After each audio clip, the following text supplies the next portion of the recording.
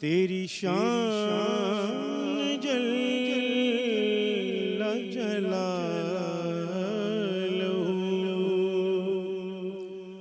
تیری حمد کوئی کرے گا کیا، تیری شان جل جلالہ،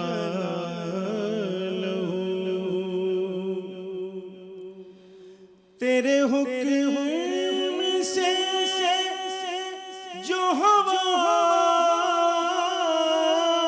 چلی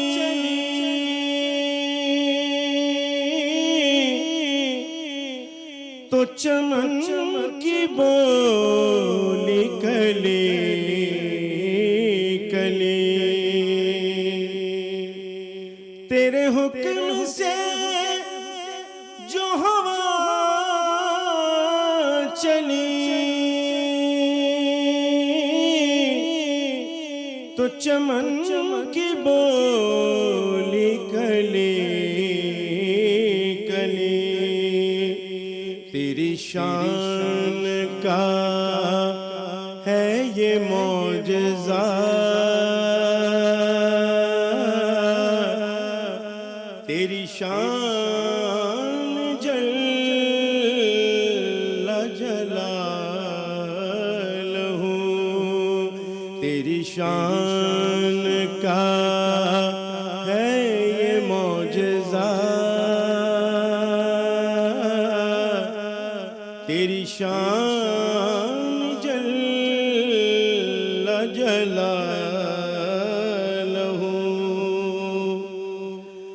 تو نظر میں ہر سو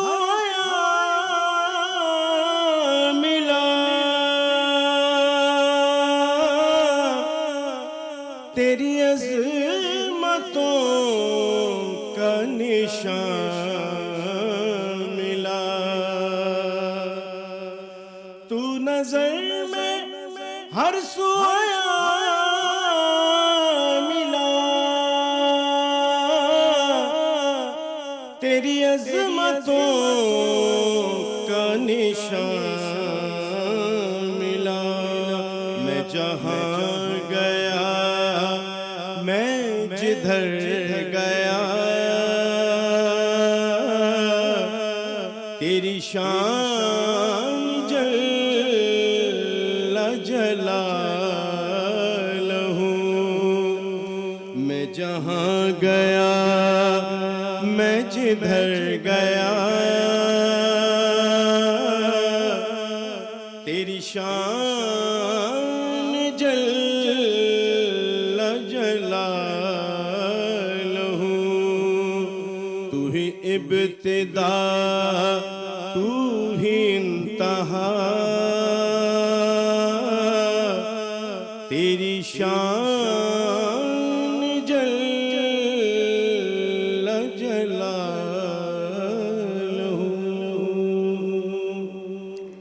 سبحان اللہ، ماشاء اللہ، بسم اللہ الرحمن الرحیم۔ تمام تعریفیں، حمد و ثنا، سب مدحتیں اس بزرگ و برتر کے نام جس کے قبضہ قدرت میں تمام جہانوں کے نظام۔ درود و سلام حضرت محمد مصطفیٰ صلی اللہ علیہ وآلہ وسلم، ان کی آل اور ان کے اصحاب پر۔ السلام علیکم ناظرین، میں ہوں ثنا امجد اور آپ سب کو جمعہ بہت بہت مبارک ہو۔ اس مبارک دن کے صدقے میں اللہ تعالیٰ سے دعا کرتے ہیں کہ اللہ تعالیٰ ہم سب کو مشکلوں سے، پریشانیوں سے، آفتوں سے محفوظ رکھے اور ہمیں ایک دوسرے کے لیے آسانیاں بانٹنے والوں میں شامل کر دے۔ ہم بہت مشکلیں پیدا کرتے ہیں دوسروں کے لیے، ہم سوری لیکن پتہ نہیں کبھی کبھی ہم اپنے آپ کو کیا سمجھ بیٹھتے ہیں، حالانکہ ہمارے ایک ہاں سے یا ہمارے ایک صحیح فیصلے سے آپ کسی کی زندگی میں بہت بڑا سکون لا سکتے ہیں. تو کوشش کیجئے کہ اللہ نے اگر آپ کو کسی منصب پر بٹھایا ہے, کسی مرتبے پر بٹھایا ہے, تو یہ اللہ کا خاص کرم ہے, آپ چنے گئے ہیں.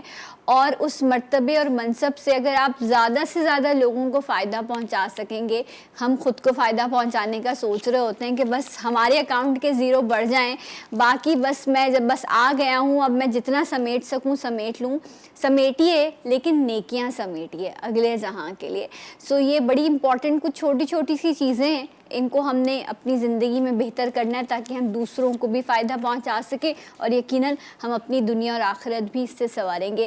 سو جمعے کی نشست میں ہمارے ساتھ آغا بھائی موجود ہوتے ہیں, قرآن و احادیث کی روشنی میں آپ کو مسائل کا حل بتاتے ہیں. السلام علیکم. کیسے ہیں آپ آغا بھائی؟ خیریت سے ہیں؟ رب العالمین. اور ہمارے ساتھ موجود ہیں ہمارے بہت ہی پیارے محمد وسیم بھائی, ابھی انہوں نے حمد پڑھی بڑی خوبصورت. السلام علیکم. آپ کو جمعہ مبارک, آپ بھی خیریت سے ہیں. آغا بھائی آپ کو تو مبارکباد پیش کرنی بنتی ہے نا, کیونکہ آپ اصل میں کام کر رہے ہیں. یہ جو میں ابھی دعا بھی کری تھی کہ ہم ایک دوسرے کے لیے آسانیاں بانٹ سکیں, اللہ کی توفیقات ہیں, ماں باپ کی دعائیں ہیں, اور اللہ نے آپ کو علم دیا ہے, اس کے لیے آپ نے محنت بھی کی ہے ماشاءاللہ. سب کچھ اللہ ہی نے دیا بے ہے, اور شک. بزرگوں کا صدقہ ہے, ماں باپ کی دعائیں ہیں, بہن بھائیوں کا پیار ہے, اور وہ ہم جیسے گناہگاروں سے کام لے لے, بس یہی بڑی بات ہے. صحیح. اچھا یہ بتائیں, ایک سوال آیا تھا ایسا, کیونکہ جب بہت سارے کوشچنز آتے ہیں تو کچھ رہ جاتے ہیں. سو ایک شوہر نے سوال پوچھا تو اس نے کہا تھا کہ میں ویسے ٹھیک رہتا ہوں لیکن مجھے اپنی بیوی پہ غصہ آتا ہے بڑی چھوٹی چھوٹی سی چیزوں پر. ہاں, بغیر عذر غصہ, مطلب کوئی خاص وجہ نہیں ہوتی لیکن مجھے اس پہ غصہ آتا ہے. بعد میں مجھے افسوس بھی ہوتا ہے, اب میں مرد ہوں, میں معافی مانگنا بھی تو مرد کے لیے ایک ہماری سوسائٹی غصہ آتا ہے تو غصے کو برداشت کر لیتے ہیں, نہیں کرتے نا, غصہ کرتے ہیں. ریئیکشن ہوتا ہے, وہ غصہ کرتے ہیں جس سے گھر کا ماحول خراب ہوتا ہے. یہ تو غلط بات ہے نا. گھر کے ماحول کو ٹھیک کرنے کے لیے تو صرف پہلے کے زمانے میں کہتے تھے کہ جی عورتیں گھر بناتی ہیں, اب تو میں کہتا ہوں کہ عورتوں کے ساتھ مرد بھی گھر بنانا چاہیے, دونوں مل کے ساتھ سب کچھ بیلنس ہوتا ہے. ایسا نہیں کرنا چاہیے. غصہ کرنا چاہیے لیکن غصے کا ایک اسٹینڈرڈ ہونا چاہیے کہ آپ نے کس حد تک غصہ کرنا ہے. آپ کیا صرف آنکھوں سے غصہ کرتے ہیں, زبان سے غصہ کرتے ہیں, یا ہاتھوں سے غصہ کرتے ہیں؟ تو اس کا ایک اسٹینڈرڈ طے کر لیجئے کہ بس آپ کی آنکھوں کے اندر اتنی اثرات اتنے ہونے چاہیے کہ بس اس سے آپ کا غصہ جو ہے اس سے آگے نہ جائے. صحیح, مطلب پتہ ہو چل جائے کہ جی میں غصے میں ہوں. ٹھیک ہے. اچھا لیکن وہ بھی ہر بات میں نہیں, ورنہ اس کی بھی حقیقت ختم ہو جاتی ہے. ہاں. اچھا یہ مجھے بتائیں کہ ویسے جو نارملی بہت سارے لوگ اس وقت دیکھنے والے ہوں گے, ان میں سے کافی لوگ ایسے ہوں گے جو اپنے اوپر کام کرنا چاہتے ہیں, لائک اپنی اس بری عادت کو کنٹرول کرنا چاہتے ہیں کہ جی بہت غصہ آتا ہے اور اکثر چیزیں, رشتے, معاملات خراب ہو جاتے ہیں صرف اس غصے کی وجہ سے. لیکن وہ کمزور لمحے زندگی میں ہیں جو غصے میں آتے ہیں اور آپ نقصان کر بیٹھتے ہیں. تو کیا کچھ ایسا پڑھا جا سکتا ہے کہ آپ اپنے آپ کو تھوڑا سا ٹھنڈا کر رکھ سکیں, کنٹرول کر سکیں؟ غصے کے بارے میں جو حدیث مبارکہ میں شریعت مطہرہ میں ملتی ہیں وہ کچھ اس طرح سے ملتی ہیں کہ جب آپ کو غصہ آئے تو آپ اپنی ڈائریکشنز کو چینج کر لیجئے. اگر آپ کھڑے ہیں تو بیٹھ جائیے, بیٹھے ہیں تو لیٹ جائیے, اٹھ کے وہاں سے واک آؤٹ کر جائیے, پانی پی لیجئے, وضو کرنے کے لیے چلے جائیے. تو یہ ساری ڈائریکشنز کو, اپنے باڈی جسچرز کو چینج کرنے سے آپ کے غصے کے اندر بہت زیادہ فرق پڑتا ہے. اور ایک کثرت سے ایک وظیفہ ہے جو پڑھنا چاہیے, اور وہ بہت خوبصورت وظیفہ ہے. وہ جنت کی نعمتوں میں سے ایک نعمت ہے جو ہمیں دنیا میں دی گئی ہے, اور جو اس کو ایک مرتبہ پڑھ لیتا ہے اس کو ماشاءاللہ 90 مسائل اس کے حل ہو جاتے ہیں. اور جو سب سے چھوٹا پرابلم اس کا سالو ہوتا ہے وہ ہوتا ہے غم. آپ کی زندگی بے غم ہو جاتی ہے اگر عقیدے سے, یقین سے پڑھا جائے. اور وہ وظیفہ ہے لا حول ولا قوت الا باللہ. تو کثرت کے ساتھ اگر آپ لا حول ولا قوت الا باللہ پڑھیں گے تو اس وظیفے کی برکت سے شیاطین آپ سے دور رہیں گے. اور غصہ آتا کس کی وجہ سے؟ شیاطین کی وجہ سے. اچھا ایک بڑا انٹرسٹنگ سا کوشچن ہے, ایسن ہے لاہور سے, وہ یہ پوچھ رہے ہیں کہ نا جھوٹ بولنے کی عادت ہو گئی ہے, نہ چاہتے ہوئے بھی جھوٹ بولتا ہوں, عادت بن گئی ہے چھوٹی چھوٹی سی چیزوں پہ. ویسے یہ ہم بھی کرتے ہیں. اگر ہم اس والے راؤنڈ اباؤٹ پر ہیں تو ہم بتائیں گے اگلے والے پر جھوٹ تو جھوٹ ہے, ٹھیک ہے, چھوٹی چھوٹی سی چیزوں میں بس ابھی آ رہا ہوں 10 منٹ میں, حالانکہ سفر آپ کا 15 منٹ کا ہوتا ہے, یہ بھی جھوٹ ہے. دیکھیں لعنت اللہ علی الکاذبین, قرآن پاک کی جو ہے نا ایک آیت مبارکہ ہے کہ اللہ تبارک و تعالیٰ نے جھوٹے پر لعنت دی ہے. تو ہمیں اگر خالی اس کا مفہوم اپنے ذہن میں رکھ لینا کہ پروردگار کی لعنت کا مطلب کیا ہوتا ہے, کہ میرے رب کے ساتھ تمام انبیاء علیہ السلام ہیں, تمام پیغمبر ہیں, تمام فرشتے ہیں, ملائکہ ہیں, صالحین ہیں, صدیقین ہیں. تو مطلب آپ سوچ لیجئے کہ یہ جھوٹ بولنا جو ہے نا, اور کہتے ہیں مومن تو کبھی جھوٹ بول ہی نہیں سکتا, مومن غلط بیانی سے کب کام کر سکتا ہے, مومن تو کبھی جھوٹ نہیں بول سکتا. تو آپ یقین کیجئے گا کہ میں نے خود آزمایا بھی ہے, اور بہت سارے میرے تجربے میں بھی ایسی بات ہے کہ جھوٹ بولنے والے کو نا یاد رکھنا پڑتا ہے جی کہ میں نے کون کون سی باتیں جو ہے نا وہ جھوٹ کہی ہیں. سچ بولنے والا تو ایک کھلی کتاب کی طرح ہوتا ہے, اوپن بک, بہادر ہوتا ہے, بہادر ہوتا ہے, نڈر ہوتا ہے, اس کو کسی سے ڈر ہی نہیں ہوتا. اچھا, اور ایک اور بات ہے, یہ جھوٹ میں اور مبالغہ آرائی میں بڑا فرق ہے. مبالغہ آرائی یہ چیز ہو گئی کہ جیسے میں نے کہا جی میں 10 منٹ میں آ رہا ہوں, مجھے پتا ہے میں 15-20 منٹ میں پہنچ جاؤں گا, 10 منٹ کا میرا راستہ ہے, تو وہ اتنا بڑا کوئی اس میں کانفلکٹ نہیں. کانفلکٹ یہ ہے کہ میں کھانا کھا رہا ہوں بیٹھ کے, اور آپ نے پوچھا فون کر کے کہ آپ کہاں ہیں, میں نے کہا یار میں تو کراچی میں ہی نہیں ہوں, میں تو اس وقت اپنی اس موجودہ جگہ کے اوپر اویلیبل ہی نہیں ہوں. ہاں لیکن آغا بھائی یہ 10 سے 15 منٹ والا بھی اس کی بھی عادت ہو جائے غلط ہے, چھوٹی عادت بڑی غلط تو غلط ہے. ایوری تھنگ از رانگ, مطلب جو چیز غلط ہے وہ تو غلط ہے.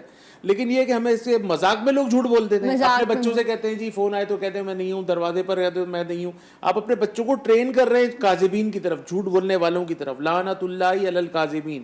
آپ اپنے بچوں کو ٹرین کر رہے ہیں کہ میں جھوٹ بولتا ہوں تو تم بھی جھوٹ بولو, تو یہ تو غلط بات ہے, ہمیں اس سے اجتناب برتنا چاہیے. صحیح. اور کراچی جیسے شہر میں اگر آپ کو کہیں پہنچنا ہے تو آپ کو کراچی کے ٹریفک کا پتہ ہے, آپ یہی مجھ جیسے لوگ جو یہیں پیدا ہوئے ہیں ان کو چاہیے کہ وقت سے 10-15 منٹ پہلے نکلیں تاکہ یہ کمپلین نہ ہو سکے جی ٹریفک جام تھا. ایک کالر, السلام علیکم. ہیلو.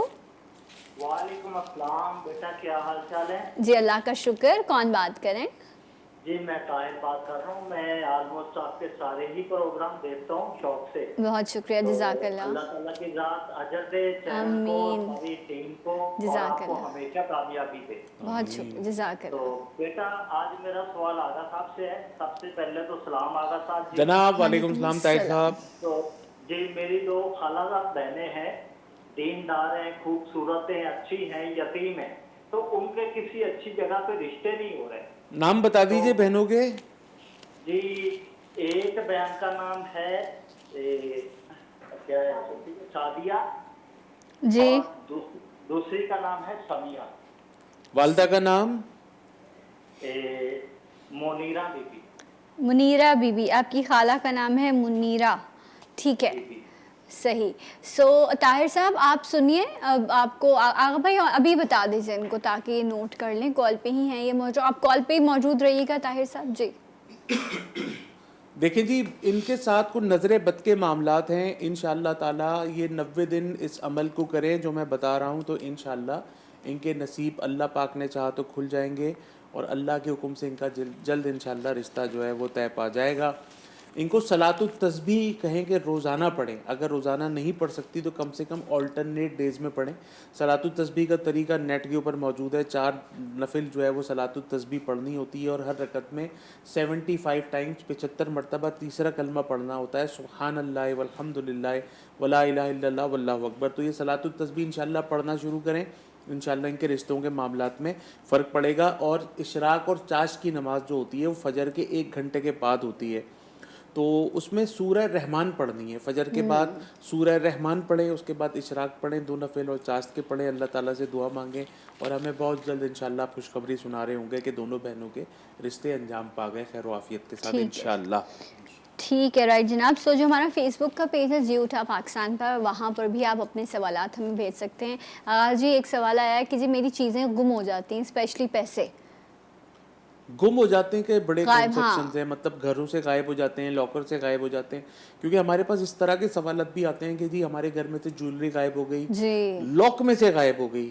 بڑی حیران, چابی بھی آپ کے پاس ہے اور آپ نے خود گن کے پیسے رکھے, گھر میں کوئی چور بھی نہیں ہے. اب ظاہر ہے ماں باپ تو چور ہے نہیں, اولاد بیوی بچے, گھر میں کوئی ایسا باہر کا آدمی بھی نہیں ہے, اور آپ کے گھر میں سے چیزیں غائب ہو رہی ہیں, تو کیا اس طرح کی چوری ہے یا کسی اور طرح کی چوری ہے؟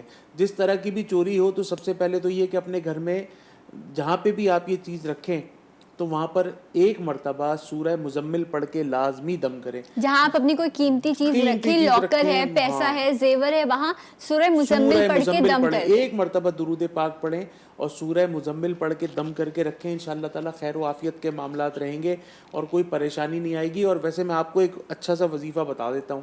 ہر نماز کے بعد سورہ فاتحہ, آیت الکرسی, چاروں کل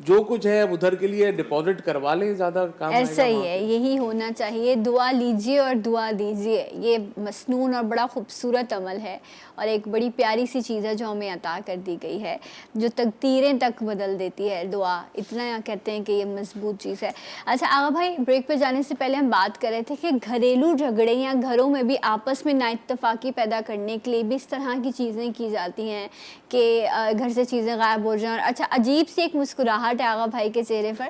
بھائی یہ اس سے لوگ بڑے پریشان, ایک تو مالی نقصان, اوپر سے آپ ایک دوسرے پر ہی شک کریں, حالانکہ وہ آپ کے اپنے ہی ہیں گھر والے, جو وہ محنت کرتے ہیں وہ بھی آپ ہی کے لیے کرتے ہیں. یہ گھریلو فتنہ اور یہ فساد کرانے کے لیے کچھ اس طرح کے گھر میں ایلیمنٹس ہوتے ہیں, کچھ ایسے رشتہ دار ہوتے ہیں جو ایک دوسرے کی چیزوں کو اس طرح, جوائنٹ فیملی سسٹمز میں نے تو اس طرح کی چیزیں بہت دیکھی ہیں. جب زیادہ لوگ رہتے ہیں, زیادہ بڑی کنبہ برادری ہوتی ہے, تو وہاں پہ کچھ اچھے لوگ ہوتے ہیں تو کچھ شر پسند عناصر بھی ہوتے ہیں جو گھر میں سے چیزیں چھپا لیتے ہیں, چوری کر لیتے ہیں. تو اس کی وجہ سے بھی لوگ ہمارے پاس کیسز لے کر آتے ہیں اور ہم دیکھ بھی لیتے ہیں استخارہ کر کے کہ یہ تو گھر کے اندر کا کوئی شخص ملوث ہے, لیکن اب ظاہر ہے یہی ہے کہ اس معاملے کو وہیں پہ ختم کرنا ہے. آپ اپنی چیزوں کو چھپا کر اپنے لاک میں اپنی تحویل میں رکھیں اور سورہ مزمل پڑھ کے دم کر لیں. اچھا لیکن کیا, میں اپنے اس کے لیے پوچھ رہی ہوں نالج کے لیے, کہ کیا کہتے ہیں ایسے موکلات یا ایسی چیزیں بھی ہوتی ہیں جن کے ذریعے آپ نہ بھی وہاں پہنچیں, آپ وہاں سے چیزوں کو غائب کرا سکتے ہیں؟ بالکل, ایسے بڑے کیسز الحمدللہ ہم نے دیکھے بھی ہیں اور گھر میں سورہ بقرہ کے ختم بھی کروائے ہیں, اذانیں بھی دلوائی ہیں. بعض اوقات تو ایسا ہوا ہے کہ گھر بھی چینج کرائے ان کے, کہ اس گھر میں رہنا اگر آپ کو نہیں سمجھ میں آ رہا, سوٹ نہیں کر رہا, کیونکہ وہی ہے, میں نے اپنے لاسٹ پروگرام میں ایک حدیث مبارکہ کا مفہوم بھی بیان کیا تھا کہ اگر نحوست ہوتی تو 3 چیزوں میں ہوتی, یا تو گھر میں ہوتی, سواری میں ہوتی, یا عورت میں ہوتی. اگر خدا نخواستہ گھر بھاری ہے, آپ سورہ بقرہ کا ختم بھی کرا چکے, آپ وہاں پر ہر قسم کی پڑھائیاں کرا چکے, اذانیں دلوا چکے, بڑے اچھے عاملین اور بزرگوں کو بلا کر گھر میں. ویسے ایک اور وظیفہ بھی اس کا بہت اچھا ہے کہ درود خوانی کا وظیفہ جو ہوتا ہے نا, کہ گھر کے تمام لوگ ایک جگہ رات کو کسی بھی عشاء کے بعد, فجر کے بعد, جب سب کو سہولت ہو, ایک جگہ پہ بیٹھ کے بھاری گھروں کے لیے, جن گھروں میں اس طرح کی چیزیں چوری ہو رہی ہیں, لاک میں سے چیزیں غائب ہو رہی ہیں, تو اگر درود خوانی کا ایک سلسلہ ہے کہ 11 منٹ 12 منٹ آدھا گھنٹہ 15 منٹ آپ ایک ٹائم نکال کے روزانہ بیٹھ جائیں, اور سب سے چھوٹا درود پاک ہے صلی اللہ علیہ وآلہ وسلم, آنکھیں بند کر کے گنبد خضرا کا تصور کر کے درود پاک پڑھتے رہیے, اور آخر میں دعا مانگ لیجیے پروردگار سے کہ جو بھی درود پاک ہم نے پڑھا اس کی برکت سے ہمارے گھر کو ہمارے لیے اچھا فرما دے, یا اس کا کوئی بہترین نیب البدل عطا فرما دے. تو آپ یقین کیجیے گا, یا تو وہ گھر آپ کے لیے اچھا ہو جائے گا, یا اللہ تبارک و تعالیٰ اس کا بہترین نیب البدل عطا فرما دے. صحیح. اچھا ایک اور چیز, میں اس چیز کو وٹنس کر چکی ہوں, آغا بھائی اس بات کی تصدیق کریں گے کہ ایسا ہوتا ہے یا نہیں, کہ اگر آپ اکثر ہوتا یہ ہے کہ ہم اب تھوڑا سا کمرشل لوگ ہو گئے نا, ہمارے اگر گھر بڑے, پہلے صحن کا کانسیپٹ ہوتا تھا, لوگ آدھا حصہ کچا رکھتے تھے, وہاں پھل کی درخت, پھول, سبزیاں لگائی ہوئی, آدھے حصے پہ رہ رہے ہوتے تھے, پھر ان کو خیال آیا نہیں ہے تو اس جگہ کو ہم کمرشل کر سکتے ہیں, اسے توڑو, دکانیں بناؤ, پیسہ کماؤ. کہتے ہیں کہ اگر پھلدار درخت یا کوئی بھی ایسا جاندار کو بے عذر بے وجہ اگر اس چیز کو ختم کر دیا جائے تو اس سے بھی جو ہے نا عجیب سی گھر میں بے برکتی, بے سکونی آتی ہے. میں ایسی ایک خاتون کو جانتی ہوں جنہوں نے آم کا اور اس طرح کے درخت, بیری کا درخت تھا, انہوں نے کٹوا دیا, اور بعد میں وہ کہتی ہیں ایک عمر تک وہ اس بات کو کہتی رہی کہ یہ پھلدار درخت تھا, یہ میں نے کٹوایا, اس کی وجہ سے میری گھر میں بے برکتی آ گئی. اب اس کی کیا یہ سچ بات ہے یا کیا ہے, اس کو آپ بتائیے. بالکل آپ نے, میں تو بلکہ اس سے آپ کی اجازت سے اس کے آگے کی بات کروں گا کہ اب ہم اس اپارٹمنٹ لائف کے اندر ہمیشہ کے لیے آ چکے ہیں. مطلب ہم اب, مجھے نہیں لگتا کہ ہم اس اپارٹمنٹ لائف سے کبھی باہر نکلیں گے جس میں جو واش رومز ہمارے گھر سے 4 فرلانگ دور ہوا کرتے تھے, جو باہر جا کے آپ کو پڑھنا پڑتا تھا اللہم انی اعوذ بک من الخبث والخبائث, وہ اب آپ کو اپنے بیڈ روم میں پڑھنا پڑتا ہے. جی, آپ کے واش روم اب آپ کے بیڈ روم کا حصہ بن چکے ہیں. آپ اپنے جناتوں کو آپ کو پسند نہیں ہے بغیر واش روم کے اپنے رومز نہیں پسند آپ کو؟ پہلے تو ہوتا تھا 4 کمرے کا گھر ہے تو ایک باہر کامن ہے, وہیں پہ باورچی خانہ ہے, وہیں پہ ایک چھوٹا سا واش روم ہے جس کو باتھ روم کہا جاتا تھا, بیت الخلا کہا جاتا تھا, اس کے برابر میں غسل خانہ ہوا کرتا تھا.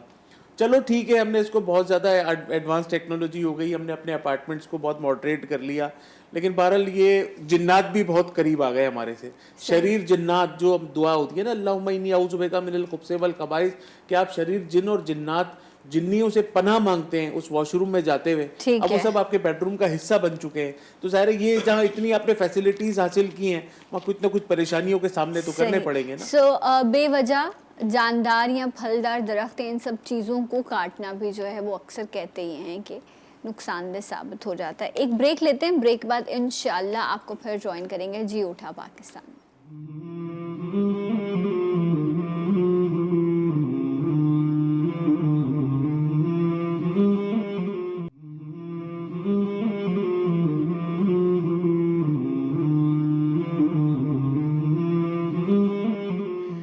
جی ناظرین, ایک بار پھر سے آپ سب کو پروگرام میں خوش آمدید کہتے ہیں. آپ سب کو جمعہ بہت بہت مبارک ہو. قرآن و احادیث کی روشنی میں آپ کے مسائل کا حل آپ کو بتاتے ہیں. آغا بھائی ہمارے ساتھ موجود ہیں. اچھا آغا بھائی, یہ سوال ہے سعید صاحب کا کراچی سے. ان کی والدہ کا نام ہے رحمت بی بی. جعلی مقدمات میں زندگی خراب ہو چکی ہے اور جو مجھ سے دشمنی کرتے ہیں وہ لوگ بہت تنگ کر رہے ہیں. اللہ تعالیٰ کرم فرمائے ان تمام لوگوں کے اوپر جو جعلی مقدمات میں پریشان ہیں, کیونکہ حقیقتاً بات یہ ہے کہ اللہ تبارک و تعالیٰ کورٹ کچہری ہاسپٹلز پولیس تھانے اور تمام اس طرح کے مسائل سے اللہ تبارک و تعالیٰ سب کو بچا کر رکھے. عشاء کی نماز کے بعد سورہ فتح کی تلاوت کیجئے, اللہ تعالیٰ سے دعا کیجئے, اللہ تبارک و تعالیٰ آپ کے مسئلے حل فرمائے. اور سورہ بقرہ ہے, اس کی جی آیت نمبر ہے 18, وہ ہے سمن بکمن عمیٌ فہم لا یرجعون. یہ 111 مرتبہ پڑھ لیا کیجئے عشاء کے بعد. اللہ تعالیٰ سے دعا مانگیں اور روزانہ ایک بھوکے کو صدقے کا ضرور کھانا کھلائیں, کیونکہ یہ جو جتنی بھی دشمنیاں ہوتی ہیں, یہ چاہے کاروبار کی ہوں, چاہے کاروبار کی شراکت کی ہوں, چاہے یہ گھریلو فسادات کی ہوں, چاہے جائیداد کے معاملات کی ہوں, تو اللہ تبارک و تعالیٰ اس کے اندر آپ کو عافیت اور فتح اسی وقت نصیب فرمائے گا جب آپ اپنا صدقہ دیں گے. انشاءاللہ آپ کامیاب ہو جائیں گے. آپ یہ انشاءاللہ تلاوت فرمائیے اس کی انشاءاللہ. جی ایک اور سوال ہے, یہ میسج ہے ہمیں اسلام آباد سے عمران صاحب کا. ان کی والدہ کا نام ہے پروین بی بی. کہتے ہیں کہ میرا دم گھٹتا ہے, پورے جسم میں درد رہتا ہے, بے چینی بہت رہتی ہے اور رپورٹس میں کچھ نہیں آتا, رپورٹس کلیئر ہیں. سورہ یاسین, یاسین شریف کی جو ابتدائی 12 آیات ہیں, ہر نماز کے بعد ان 12 آیات کی تلاوت فرمائیے. 11 مرتبہ سورہ فلق, 11 مرتبہ سورہ ناس, اول و آخر درود پاک پڑھ کے پانی پہ دم کر کے پئیں. اور آپ کے لیے بہت اچھا وظیفہ اس کے علاوہ جو ہے وہ ایک اور بھی ہے کہ آپ زمزم سے دوستی کر لیجئے. جب ایسے معاملات ہوں جس کے اندر رپورٹس کلیئر آ رہی ہوں اور آپ ڈائگنوس نہ کر پا رہے ہوں کہ آپ کو کیا پریشانی ہے, ایسی صورتحال میں زمزم آپ کو بڑا فائدہ دیتا ہے. یہ وہ پانی ہے کہ جب آپ اس کو قبلے کی طرف منہ کر کے اس کو پینے کے بعد جو اللہ تبارک و تعالیٰ سے دعا مانگیں گے وہ دعا انشاءاللہ قبول ہوگی. تو زمزم اپنے گھر میں رکھیں, اس کو زیادہ سے زیادہ کثرت سے پئیں, کھڑے ہو کر پئیں اور بیت اللہ کی طرف قبلے کی طرف منہ کر کے پئیں, اور پینے کے بعد اپنے لیے دعا مانگیں. یہ اس کا مکمل علاج ہے. زمزم پینا علاج ہے, لیکن زمزم کا طریقہ کار جو ہے پینے کا, اس کا یہ ہے کہ قبلے کی طرف منہ کر کے پینے کے بعد کھڑے ہو کر پئیں, بسم اللہ کر کے پئیں, اور اس کے بعد اللہ سے دعا مانگیں. انشاءاللہ آپ دیکھیں گے آپ کے تمام مسائل حل ہوں گے. اچھا ایسا کیوں کہتے ہیں کھڑے ہو کے پیا جائے؟ شریعت مطہرہ کے احکام میں سے پانی کو بیٹھ کے پینا چاہیے, مگر زمزم کہتے ہیں کھڑے ہو کے پینا چاہیے. رائٹ. اچھا جی ایک اور کوشچن ہے, اور یہ بڑا کامن سا سوال ہے جو شاید بہت سارے لوگوں کے ساتھ ہوتا ہوگا جب آپ بہت زیادہ مینٹلی آکیوپائڈ ہوتے ہیں کہ چیزیں بھولنے لگتے ہیں, بھولنے کی عادت ہونے لگتی ہے. بھائی لوگوں کو کیا کرنا چاہیے اس کے لیے حافظہ مضبوط کرنے کے؟ آپ کبھی بھی آزما لیجئے, کبھی بھی آپ بات کرتے کرتے بھول جائیں, آپ فوراً درود پاک پڑھنا شروع کریں, آپ کو یاد آ جائے گی. سبحان اللہ. آزما لیجئے گا کبھی. اچھا کوئی چیز رکھ کے بھول جائیں یار کہاں رکھی, آپ فوراً پڑھیں صلی اللہ علیہ وآلہ وسلم, اللہم صلی علی محمد وعلی آل محمد, یا کوئی بھی درود پاک آپ نے یہاں پڑھا, یہاں پہ وہ چیز آپ کو مل گیا. آزما لیجئے گا. بات کرتے کرتے بھول جائیں, درود شریف پڑھیں صلی اللہ علیہ وآلہ وسلم, آپ کو فوراً یاد آ جائے گی. فوراً یہ آزما لیجئے گا آپ. تو جو شخص ہر نماز کے بعد 111 مرتبہ, جو یہ مرض نسیان کہتے ہیں اس کو, اور مرض نسیان مرض عصیان کی وجہ سے ہوتا ہے. عصیان کہتے ہیں گناہوں کی بیماری کو. جو شخص اپنے گناہوں کی بیماری میں مبتلا ہوگا اس کا حافظہ کمزوری کی طرف جائے گا. تو درود پاک کثرت سے پڑھنا جو ہے وہ گناہوں کا کفارہ ہے. ٹھیک ہے. تو ہر نماز کے بعد 111 مرتبہ درود شریف پڑھ کے اللہ تعالیٰ سے دعا مانگیے, انشاءاللہ مرض نسیان بھی ختم ہو جائے گا اور مرض عصیان بھی ختم ہو جائے گا. ہاں اللہ تعالیٰ ہمیں اس سے بچائے. لیکن یہ ہے کہ وہ لوگ جو بہت زیادہ نیند آور ادویات کا استعمال کرتے ہیں کہ ہمیں نیند آ جائے, بے سکونی ہے, وہ بھی کیوں ہوتی ہے؟ یا تو ہم کسی کو نقصان پہنچا رہے ہوتے ہیں, یا بہت ساری چیزیں ہوتی ہیں تو اس کی وجہ سے ہوتا کیا ہے کہ آپ جو ہے وہ نیند کے لیے، سکون کے لیے دوائیں استعمال کرتے ہیں، یہ بھی آپ کے حافظے کو ختم کرتی ہیں. جی ایسی چیزیں ہیں. سو بہت شکریہ آغا بھائی، جزاک اللہ. آپ آتے ہیں اور اس سے ہمیں اور میرے دیکھنے والوں کو بہت بلاتے ہیں تو ہم آتے ہیں جناب. بس اسی طرح سے آتے رہیے. اور محمد وسیم بھائی بھی ہمارے ساتھ موجود ہیں، بڑی خوبصورت انہوں نے ہم پیش کی. آپ سے جاتے جاتے کلام کی درخواست رہے گی، اور خاص طور پر آپ لوگوں سے کہوں گی کہ ہر شخص کو دعاؤں کی ضرورت ہے، مجھے بھی بہت ضرورت ہے آپ سب کی دعاؤں کی. تو اپنی دعا میں مجھے یاد رکھیے گا. اگلے پروگرام میں ہوگی آپ سے ملاقات، تب تک کے لیے اللہ حافظ. پاکستان زندہ باد. کعبہ میرے دل میں ہے، مدینہ ہے نظر میں. اب کون سی رونق کی کمی ہے میرے گھر میں. اب کون سی رونق کی کمی ہے میرے گھر میں. اس در پہ دعاؤں کی ضرورت نہیں ہوتی.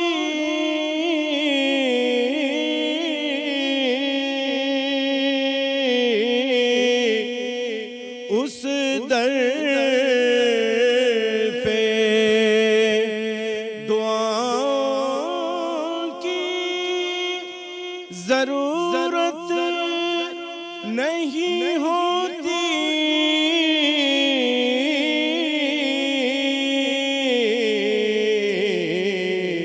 تھوڑا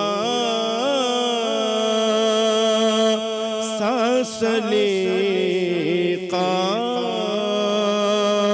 ہو اگر دیدۂ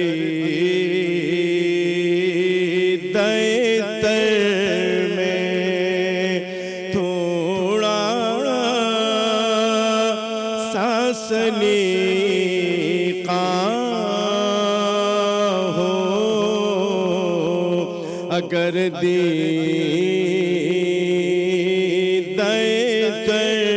میں. مر جاؤں تو اقبال مجھے خلد کے بدلے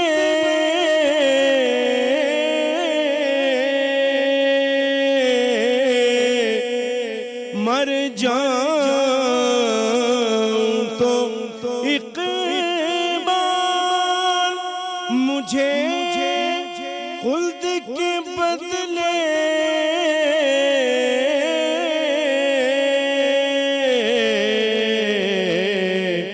تھوڑی سی زمین چاہیے